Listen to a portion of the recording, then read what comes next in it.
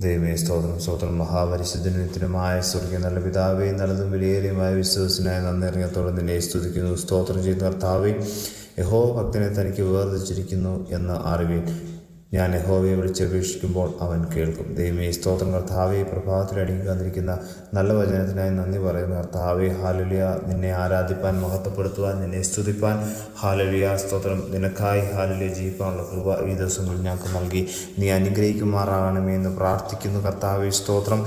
ദൈവമേ, യഹോവ ഭക്തന്മാരെ ഹാലലുയ നിനക്കായി വേർതിരിച്ചിരിക്കുന്നു എന്ന് വചനം ഞങ്ങൾ ഓർപ്പിക്കുന്നു. കർത്താവെ, ഹാലലുയ.